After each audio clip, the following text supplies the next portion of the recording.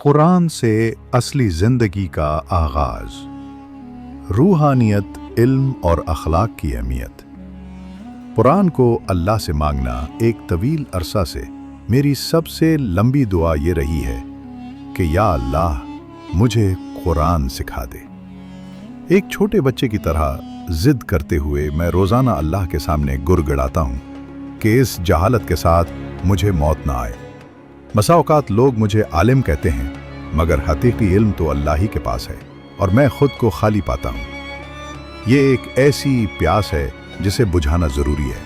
हमें अक्सर ये एहसास ही नहीं होता कि हम किस कदर बड़े नुकसान में हैं जब हम कुरान से दूर रहते हैं। मदारिस में भी बज़ाहिर इत्मीनान दिखाई देता है, लेकिन उस खुला को कैसे पुर किया जाए जो कुरान से दूरी की वजह से पैदा होता है। अल्लाह हमें हिम्मत दे कि हम कुरान को अल्लाह से मांगे और उससे जुड़ें। कुरान का असर, दिलों को बदल देने वाला कलाम। कुरान का असर हमेशा से गहरा रहा है। एक वाकया हजरत खालिद बिन वलीद के वालिद वलीद बिन मुगीरा का है, जो अरबी ज़बान के सबसे बड़े माहिर माने जाते हैं। जब उन्होंने नबी अकरम सल्लल्लाहु अलैहि वसल्लम से कुरान सुना तो उन पर एक अजीब कैफियत तारी हो गई। वो खौफ की वजह से घर में छुप गए, क्योंकि उन्हें महसूस हुआ जैसे पहाड़ रेत बन गए और ज़मीन टुकड़े टुकड़े हो गई है। अबू जहल के पूछने पर वलीद ने कुरान की तारीफ करते हुए कहा कि इस कलाम में शहद जैसी मिठास और बहार जैसी रौनक है। इसकी जड़ें गहरी हैं और शाखें फल से भरी हुई हैं। ये बुलंदी की तरफ उठता है और कोई इस पर गालिब नहीं आ सकता। जो उसके सामने आता है उसे पियस कर रख देता है। ये एक काफिर की गवाही थी कुरान के एजाज पर। इसी तरह एक बास्केटबॉल का खिलाड़ी जो 6 फीट से ज्यादा लंबा था, अफ्रीका से माली गया। वहां एक जनरल स्टोर पर कुरान की तिलावत सुनकर इस कदर मुतासिर हुआ कि उसने फौरन कैसेट ले ली। वो सारी रात सुनता रहा और सुबह को मुसलमान हो गया। ये कुरान की तासीर है जो दिलों में जगह बना लेती है और रोंगटे खड़े कर देती है। सीरत नबवी से जुड़ाव और अखलाकी तालीमात सिर्फ कुरान ही नहीं, सीरत मोहम्मद मुस्तफ़ा सल्लल्लाहु अलैहि वसल्लम की ज़िंदगी मुकम्मल और हर लिहाज से बेहतरीन नमूना है। हमें सीरत से जुड़ना चाहिए और इसे पढ़ना चाहिए। सीरत सिर्फ चंद सफ़हात की किताब नहीं, बल्कि मुकम्मल ज़िंदगी का सबक है। दीन सिर्फ इबादत का नाम नहीं, बल्कि अखलाक की भी बुनियाद है। आपस में सुलह सफाई रखना, लड़ाई झगड़े से बचना और सबसे अहम गीबत से परहेज करना दीन का बुनियादी जुज है। गीबत ऐसी है जैसे अपने भाई का मुर्दा गोश्त खाना।